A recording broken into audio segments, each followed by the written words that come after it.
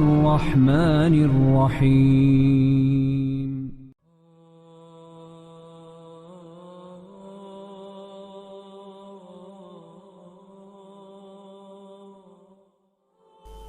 Bismillahirrahmanirrahim. Assalamualaikum warahmatullahi wabarakatuh. Ma'asyiral muslimin wal muslimat rahimani wa rahimakumullah. Alhamdulillah, di pagi hari ini kembali kita bisa duduk untuk bertalabul ilmi walaupun lewat media. Dan pembahasan di pagi hari ini kita akan membahas tentang rahasia di balik harta Qarun.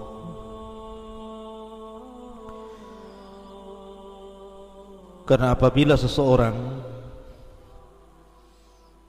teringat dengan harta yang terpendam, pasti seseorang akan terpikir dengan Qarun. Pertanyaannya, lalu di mana harta Qarun itu berada?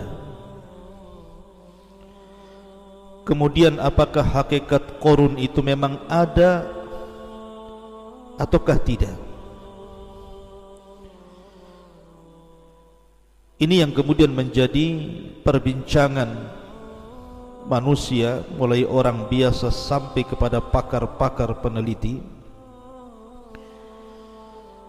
Juga para ulama membicarakan tentang ini. Siapa Qarun? Dan kenapa namanya begitu diabadikan dalam Al-Quranul Karim? Dan bukan hanya dalam Al-Quran, tapi juga dalam Taurat, Injil, dan kitab-kitab muqaddasah lainnya.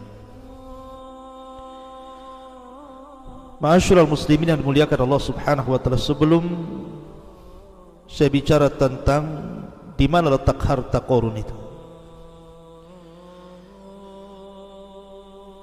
maka kita akan menjelaskan sedikit tentang biografi siapa Qarun.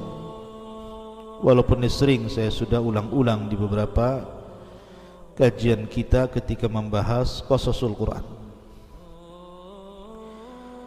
Ma'asyiral muslimin yang dimuliakan Allah Subhanahu wa taala, Qarun ini namanya Qarun ibn Yashur ibn Qahith. Dan Qahith ini adalah ayah daripada Imran, dan Imran adalah ayah daripada Musa. Musa ibn Imran ibn Qahith. Artinya Qarun dengan Nabi Allah Musa alaihi salatu wassalam itu ada kekerabatan. Dia satu di antara anak paman-paman Nabi Musa alaihi salatu wassalam, nasabnya berjumpa di Qahith.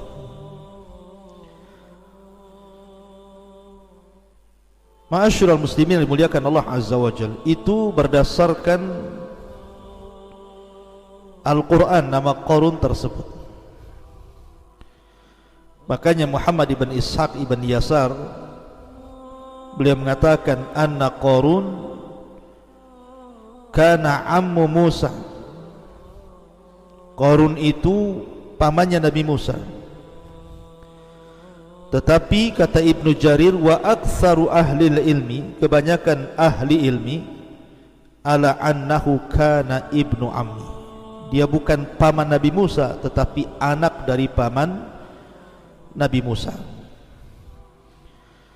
Dan itu yang banyak dikuatkan para ulama, seperti riwayat daripada Abdullah ibn Abbas radhiyallahu anhuma, ketika beliau mentafsirkan inna Qaruna kana min qaumi Musa, sesungguhnya Qarun itu adalah bagian dari kaumnya Nabi Musa.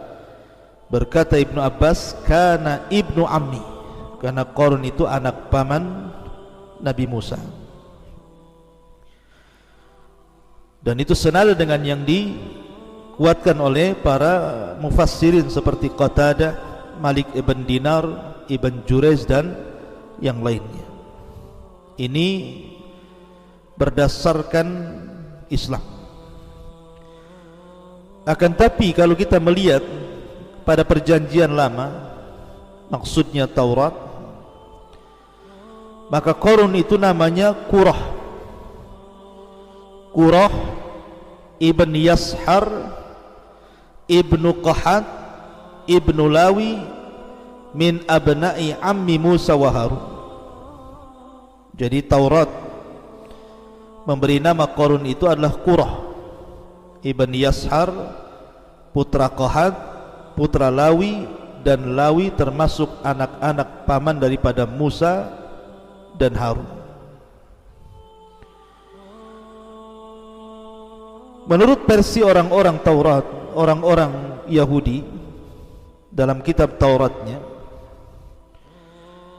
bahwa Qarun ataupun Qurah ini salah satu daripada ru'asa Bani Israel, pemimpin-pemimpin Bani Israel.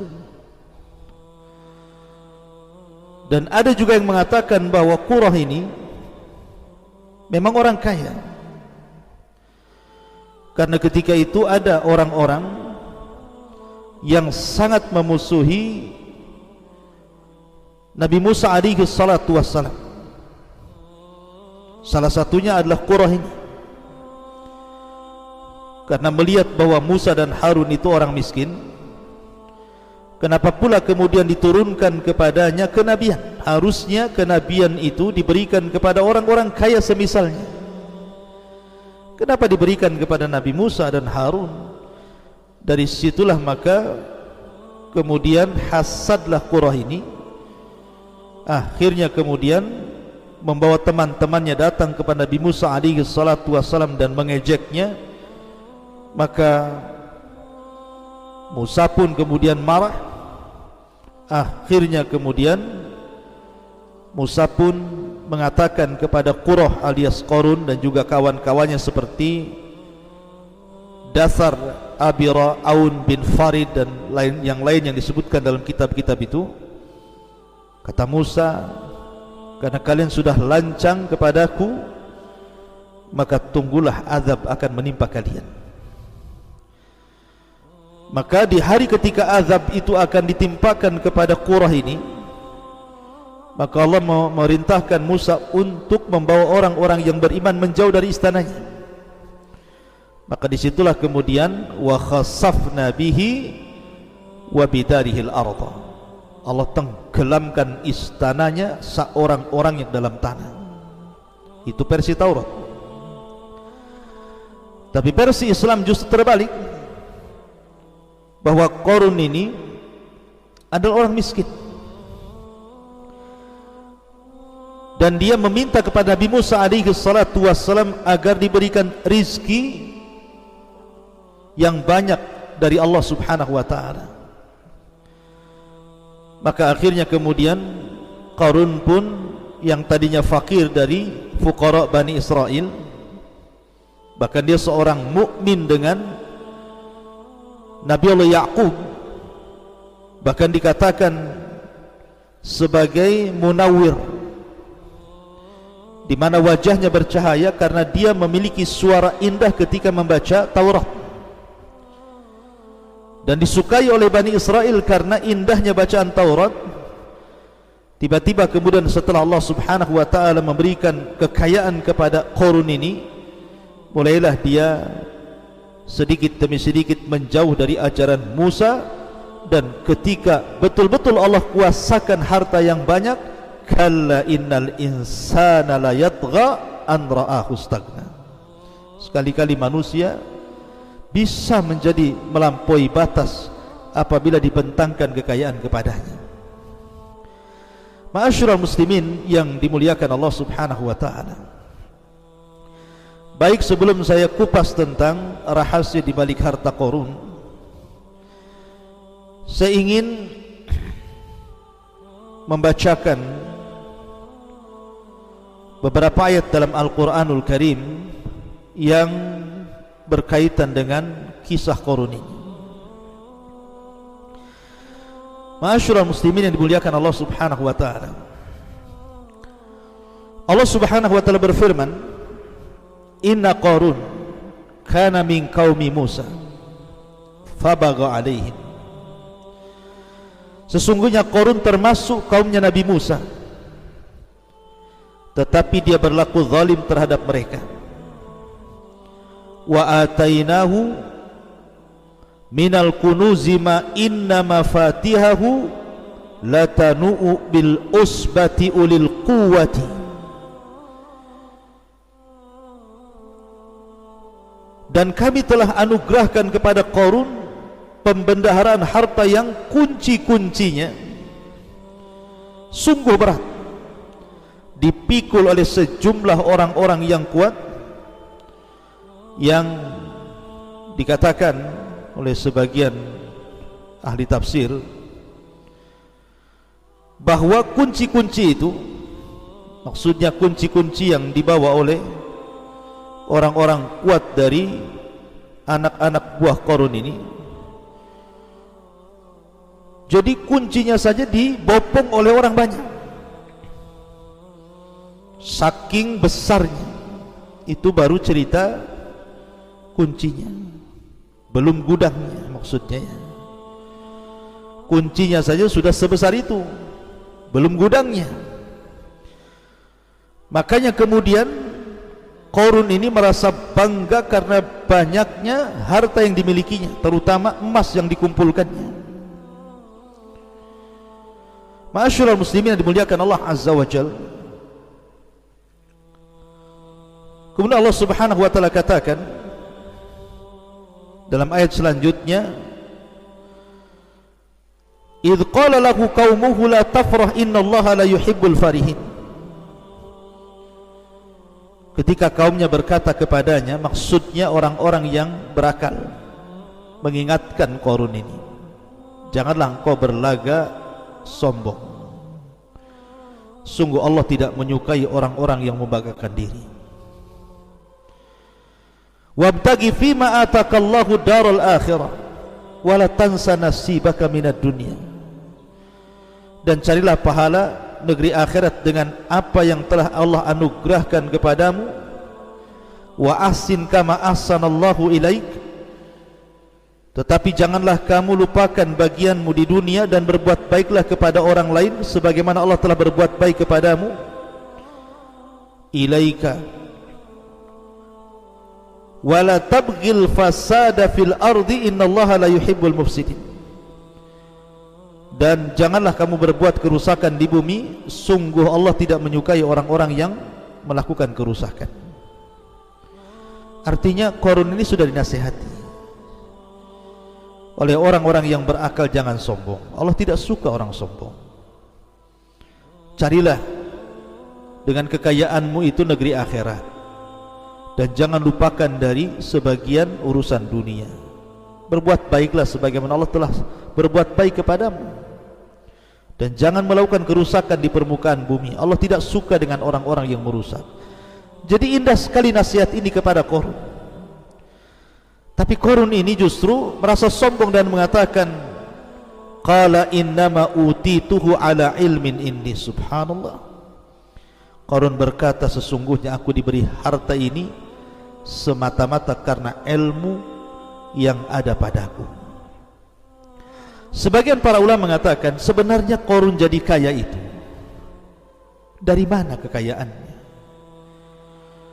Kenapa kemudian Qarun ini dibicarakan umat satu dunia, Yahudinya, Nasraninya, Islamnya, semua berbicara tentang harta Qarun, tentang kekayaan Qarun. Kok bisa Qarun itu jadi kaya raya? Ada yang mengatakan bahwa asal kekayaan Qarun itu karena Qarun itu menguasai Ismul A'zam, nama-nama Allah Subhanahu wa taala yang sangat agung. Seperti dalam nama Asmaul Husna dalam Islam itu kan ada Asmaul A'zam. Ada yang mengatakan Al-Hayyu Al-Qayyum, ada yang mengatakan Allah. Pokoknya disembunyikan mana satu dari 99 nama ini. Lah Qarun ini menguasai betul Asmaul A'zam ini, sehingga Asmaul A'zam itu maksudnya kalau orang berdoa pasti dikabulkan. Sehingga karena dia menguasai Asmaul A'zam, seperti kalau kita membicarakan tentang Bal'am ibn Ba'ura, itu juga sama menguasai Ismul A'zam, dimana kalau berdoa mustajab, tidak mungkin ditolak. Lah dengan sebab Qarun menguasai Ismul A'zam itulah dia meminta kepada Allah untuk menjadi kaya raya, dan Allah kabulkan. Namun setelah itu dia kufur nikmat kepada Allah Azza wa Jalla. Walaupun pendapat ini tentu dibantah oleh para ulama, karena Ismul A'zam itu diperuntukkan bagi orang-orang yang beriman, bukan orang-orang kafir seperti Qarun. Kemudian yang kedua, Qarun ini dianugerahi oleh Allah Subhanahu wa taala tentang ilmu kimia.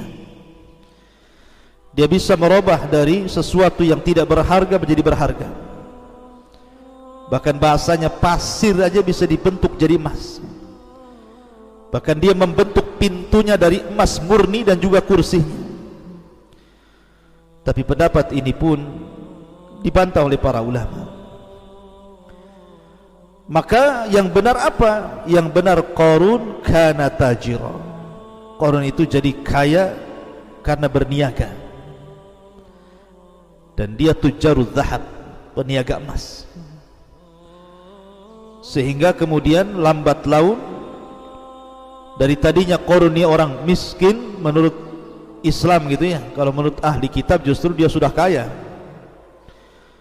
Tetapi kemudian dengan kesibukan berdagang, akhirnya kemudian dia berhasil menjadi orang kaya raya. Dia pun togok melampaui batas, wa takabbara, kemudian sombong kepada Allah Azza wa Jalla. Akhirnya Allah murka kepada Qarun. Jadi itu hasil kekayaan Qarun itu dari tajir. Ma'asyiral muslimin yang dimuliakan Allah Subhanahu wa taala. Kemudian Qarun pun mengatakan, dengan bangganya dia mengatakan, innama utituhu ala ilmin indi. Kemudian Allah katakan, awalam ya'lam annallaha qad ahlaka min qablihi minal qurun man huwa ashaddu minhu quwwatan wa aktsaru jam'a wa la yus'al an dzunubihimul mujrimun. Tidakkah dia Qarun itu mengetahui bahwa Allah telah membinasakan umat-umat sebelumnya yang mungkin jauh lebih kuat dibandingkan Qarun dan lebih banyak harta dibandingkan Qarun, dan orang-orang yang berdosa itu tidak perlu ditanya tentang dosa-dosa mereka. Ma'asyiral muslimin yang dimuliakan Allah Azza wa Jalla, Qarun ini kan sangat kaya, suka menggunakan pakaian-pakaian yang syuhrah, yang megah, ingin menunjukkan bahwa dia orang kaya. Sehingga dari penampilan Qarun, dari kekayaan Qarun, dari kebun, dari gudang-gudang harta, dari para pelayan, itu menjadikan pandangan manusia kepada Qarun ini, mereka ingin seperti Qarun. Jadi orang-orang fuqara wal masakin apabila memandang Qarun ini, berangan-angan kapan saya ingin seperti Qarun itu. Makanya Allah mengatakan, falam fakharaja ala qaumihi fi zinatihi qala alladhina yuriduna alhayata ad-dunya ya laita lana mithla ma utiya Qarun innahu ladzu haddin azim. Maka keluarlah dia Qarun kepada kaumnya dengan kemegahannya. Orang-orang yang menginginkan kehidupan dunia berkata, mudah-mudahan kita mempunyai harta kekayaan seperti yang diberikan Qarun. Ya, sungguh dia benar-benar mempunyai keberuntungan yang besar.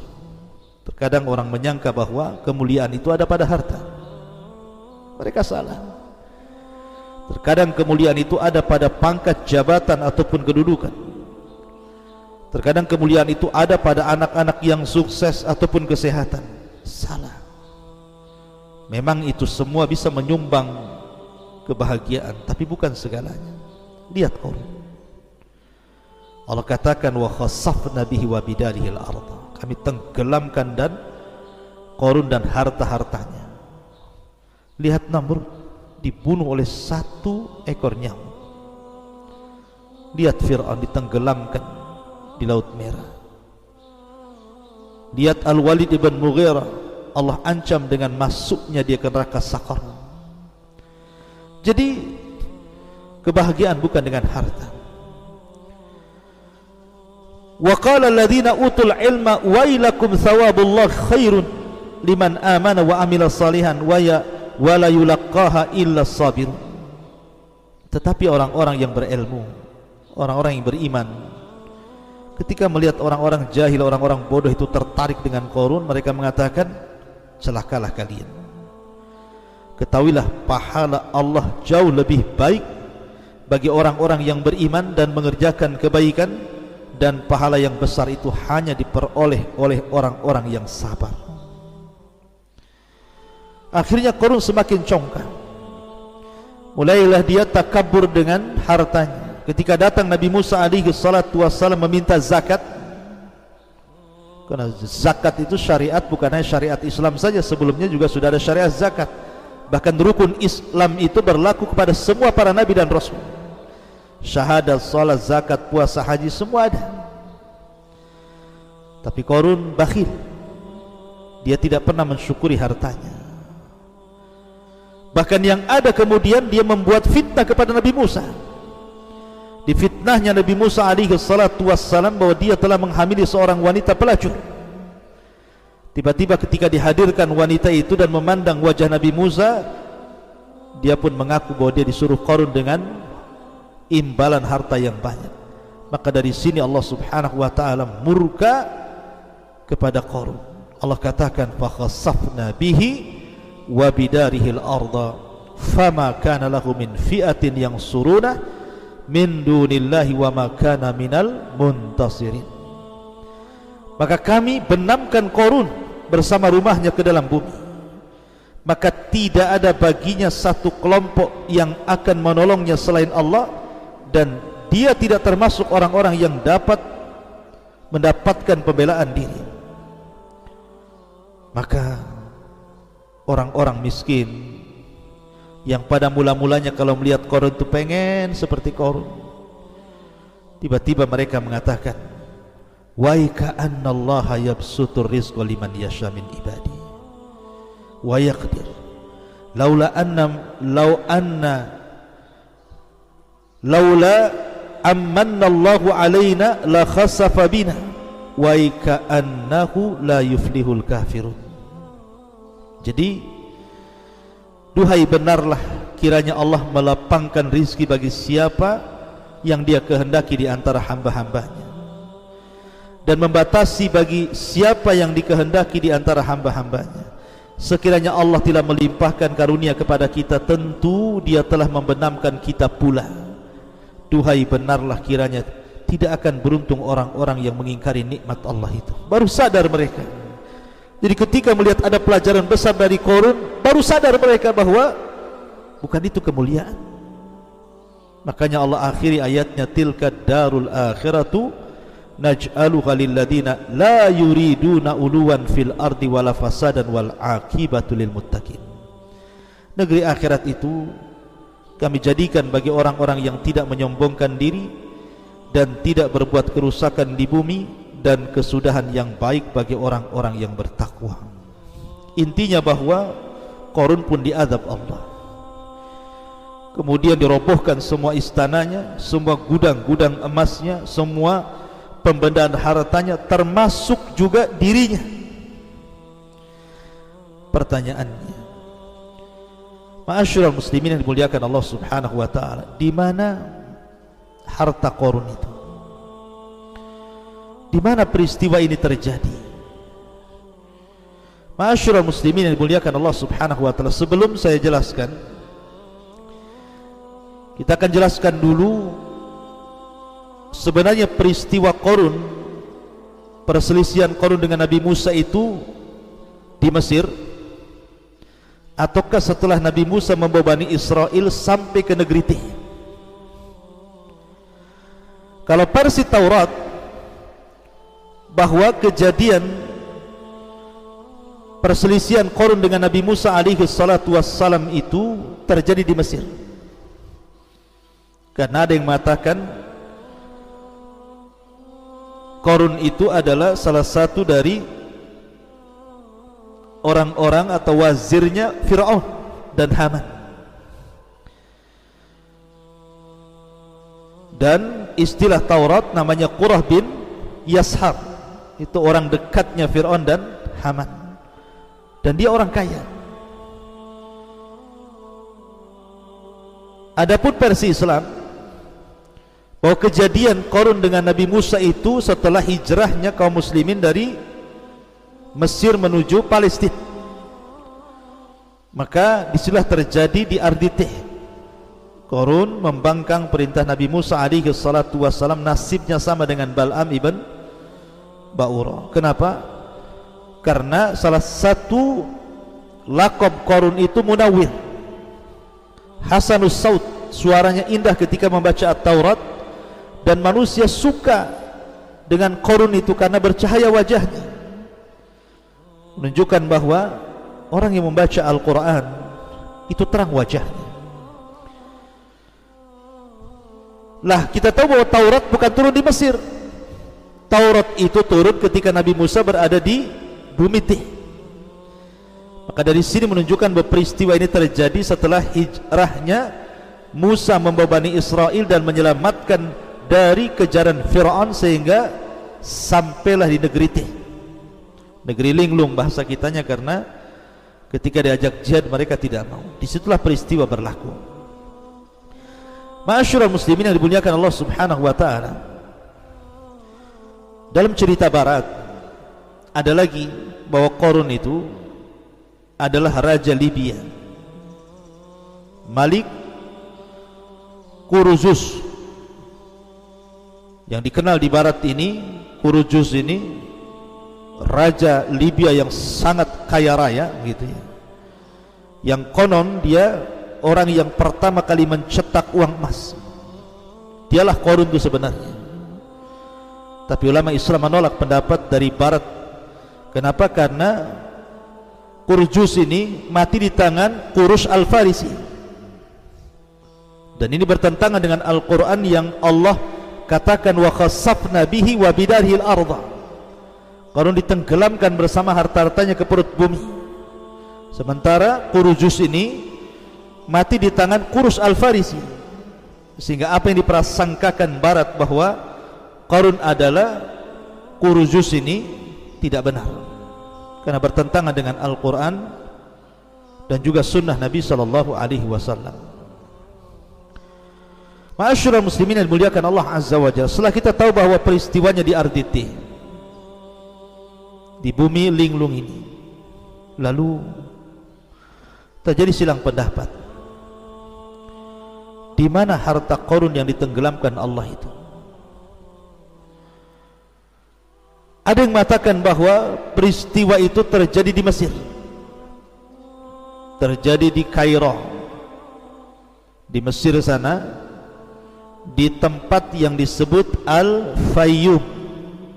Al-Fayyum ini kalau dibuat jarak dari Kairo Mesir sekitar 150 km di barat daya Kairo dan Mesir, Fayyum ini. Karena di situ konon ada runtuhan bangunan yang dipercaya sebagai tempat tinggal Qarun di masa itu, dan tempat itu berdekatan dengan Danau Qarun, atau kurang lebih berjarak sekitar 2 km. Menurut beberapa sumber, bangunan yang masih berdiri kokoh adalah benteng yang dibangun oleh Qarun. Jadi ada yang berpendapat bahwa Qarun itu hartanya dipendam di Fayyum, di Mesir sana. Bahkan Fayyum ini menjadi pusat penelitian dunia. Apakah betul di situ pernah terjadi gempa gitu sehingga menghancurkan istana Qarun dan Qarun-Qarunnya sekali gitu ya? Ataukah ada tempat lain selain Fayyum ini? Ada juga yang mengatakan bahwa peristiwa ini bukan terjadi di Fayyum, tetapi terjadi di Nainawa. Nainawa mana? Di Irak. Disitulah kekayaan Qarun yang kemudian Allah subhanahu wa ta'ala tenggelamkan ke bumi,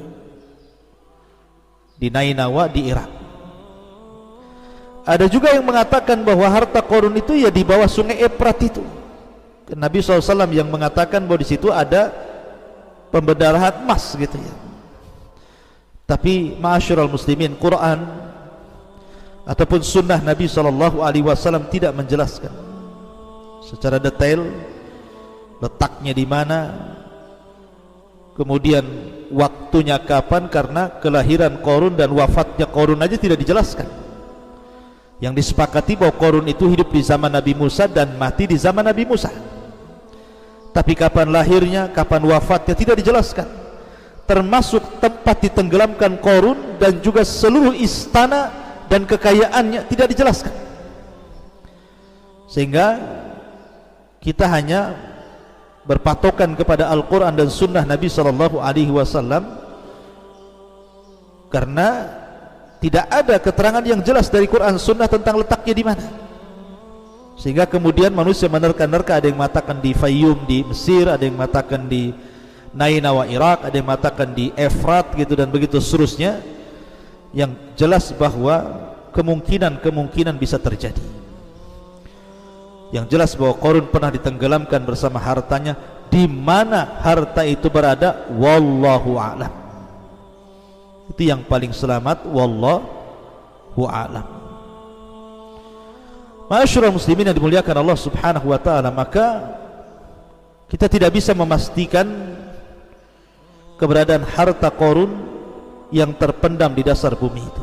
Tapi yang jelas bahwa Al-Quran ketika menceritakan sebuah kisah, yang paling inti itu bukan bicara tentang tahun kelahiran, tahun wafat, di mana kejadian, di tempat mana, bukan itu.